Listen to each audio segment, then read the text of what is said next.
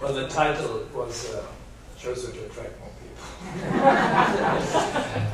But of course, like Paul says, saying it another way, there are more women sex slaves than female combatants. Okay? I don't want Pierre, thank you very, very much. You mentioned a couple of times how now there seems to be what you call a critical mass in the Security Council,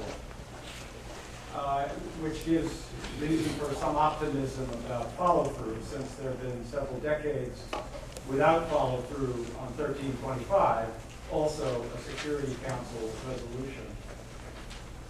What are the measures, or what are the measures for monitoring the Security Council's follow-through? How do we know that the critical mass includes the 5 permanent members who individually can stop any progress through self-interest? So say a little bit about the process of executing and monitoring through the Security Council. Well, with a special representative with this mandate of coordinating all the UN efforts for implementation of the resolutions, but also to work for pre-deployment training, to work against impunity, setting up, there will be a task force, as it states in the draft resolution, who will monitor all this. And there will be a report, regular reports to the Security Council aspect. So it will be very much up to the special representative, how much fire there is in her or him, and to push through it. But the mandate, as it's written now, gives ample measures to do something really about it. So there is no way why someone can come in with a veto and get away with it, I would say. Yes, please. So good to see you, yeah.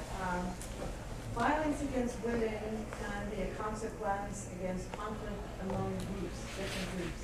And I was wondering, from your experience in Africa, can you talk about the nature of that conflict among ethnic groups and why it's so difficult to resolve, which if it could be resolved more easily and quickly, we might have less violence against women? Well, ethnicity is used, I mean, the experience I've had, the impression I have, also from the Balkans, that ethnicity is used for political reasons. I mean, it's not that people have lived of different ethnic groups close to each other for generations, all of a sudden they become enemies. Not like that. It is because of hate propaganda. And we saw in Cote d'Ivoire the impact of hate media. Terrible. It's very important that the UN has a UN radio in a peacekeeping mission to counteract hate media. But it's always, almost always, it is politically driven, policy driven, this animosity between ethnic groups, I would say. Do you agree? On Broadway last season was a stunning play titled Rooms.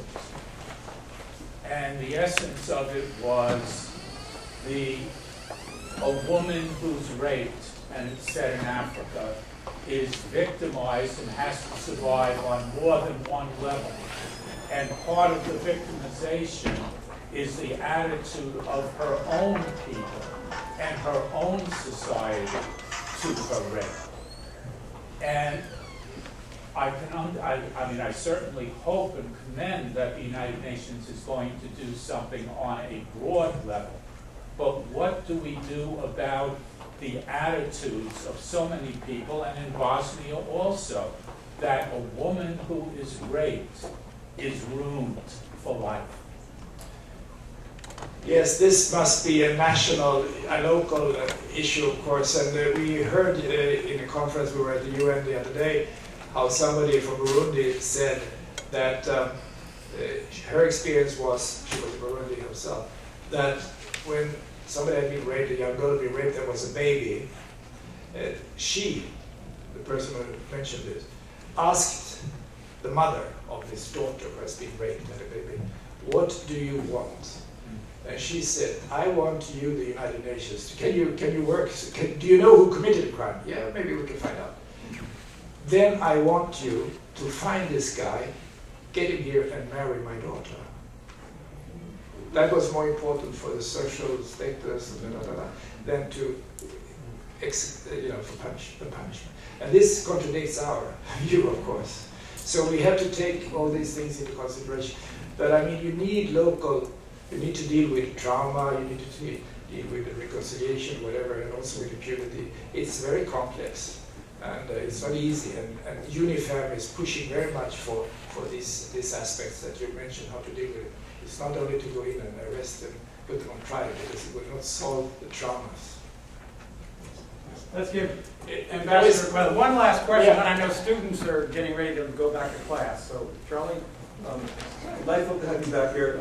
You mentioned the correlation between gender inequality and poverty, and I'm wondering if you could spell that out a little bit. What's the cause of that? Well, there is, I mean, it shows where there is gender equality, more gender equality, there is less poverty. It's a weapon for poverty reduction, because if you have active women in this case, then one could tell you more afterwards how you saw among refugees and internally displaced, you see passive men and active women, and therefore it is important also with poverty reduction. I get last bit because you had up all the time. Thank you.